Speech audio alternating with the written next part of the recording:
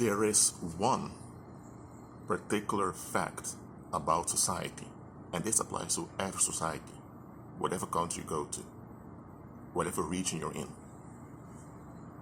And that particular fact is that someone has to lose. This is how it goes. You have tens of thousands or even millions of adults who don't want to face life. They don't want to admit their vulnerabilities or weaknesses, so they just want to escape. And you have tens of thousands or even millions of adults that want to flee. This is not going to work. And also you have another generation coming up. What are they going to teach the next generation? How to flee? So, all those adults together, they agree to follow a pattern of avoidance, and they also agree to kill everyone who does not follow this pattern of avoidance. That is what society is.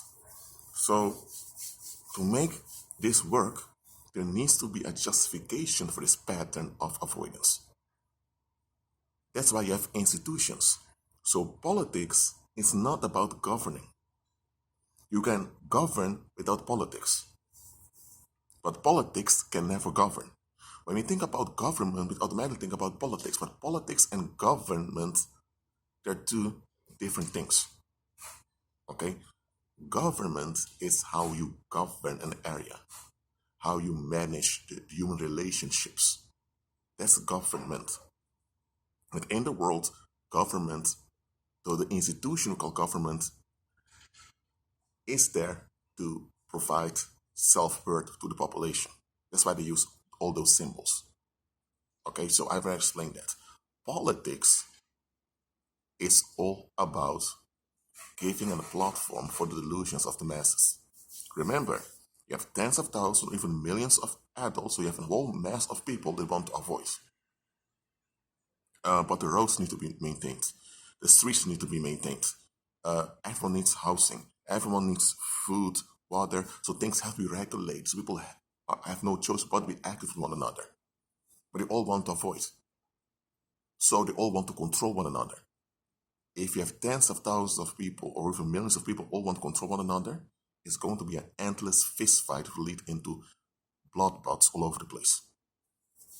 So, to keep each other alive, worldlings agree we're all going to avoid life, but at the same time, we'll pretend as if we govern life, as if we are on the top. And how do they do that? First thing, they need someone to blame. They need someone to blame for their defect of avoiding. And the individual they're blaming must be someone that others can hate. So they can't blame God or the devil or a spirit being that is not visible and thankful for them. They need someone, a human being like them, just as vulnerable as them, that they can blame. Why? Because they operate in self-hatred. They hate their own natural vulnerabilities. That's how God designed us. So because they don't want to face their own vulnerabilities, they want to take advantage of the vulnerabilities of someone else to feel at ease. Now, you can't have everyone do this to one another all the time. It's going to be a fights 24/7, bloodbaths all over the place. So, they need to have human beings who are just as vulnerable as they are, that they collectively can abuse, collectively can mistreat, and collectively can kill when necessary to feel relieved. That's one thing they need. That is the sad joker, the black and white joker, the scapegoat. And the second thing they need is they need to have winners in their pattern who have all the luxury. But hold on a minute, if those winners have all the luxury, what would we as a group have? We're just avoiding. But we can blame those losers for this dysfunction, and those that are winning are there to validate us fleeing. So that's how you get the celebrity clause.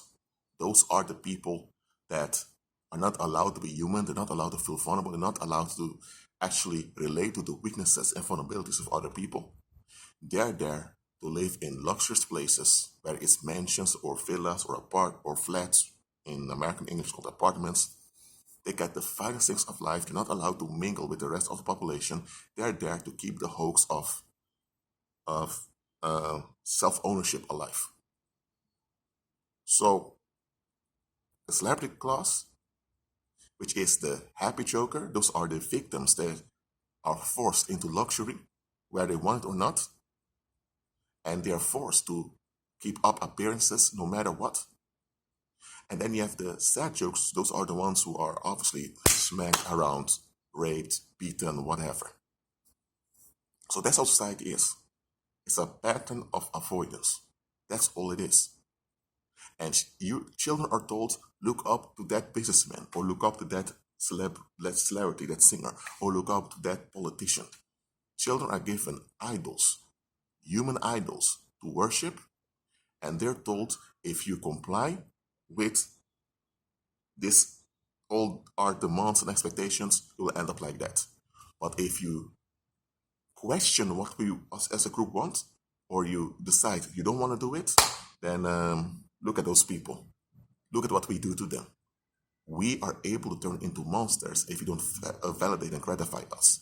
So what happens? The child doesn't want harm, but the child is too little to process that he or she is dependent on monsters like that. So the child represses the memory of the violence and begins to chase the reward. Once they're a bit older, they begin to find excuses for the violence. And then when they're an adult, they're now avoiding also. So now they are continuing the pattern. Now they do the same to the next generation. That's how society remains in existence. It's a pattern of avoidance. So it's collective cowardice. And it only works if there are victims to victimize. As I mentioned before, celebrities are also victims, but they are the type of victims that get a better end of the deal. Well, better end. They're not the ones being homeless in the streets. They're not the ones afraid that they can never get a job because of their skin color. They're not the ones that are not allowed to speak, because if they speak without people authorizing them, even if it's something obvious, bad stuff happens to them. So the celebrities are the victims that get a better end of the deal in exchange for keeping this hoax called society going. The sad jokers, they're smacked around. They're beaten down. They get the worst of the worst. And for what? So that all those tens of thousands or millions of adults can continue to, flee without being questioned.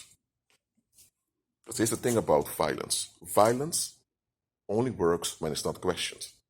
The moment violence is questioned, psychologically, you don't get relief anymore.